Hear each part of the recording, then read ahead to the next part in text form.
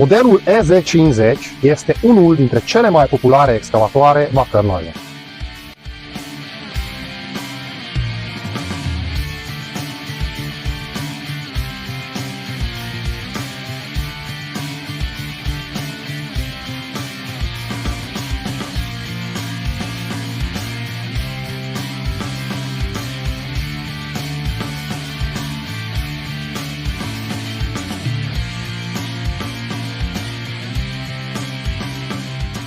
Construcția contragreutății utilajului este concepută cu o formă rotunjită și scurtată.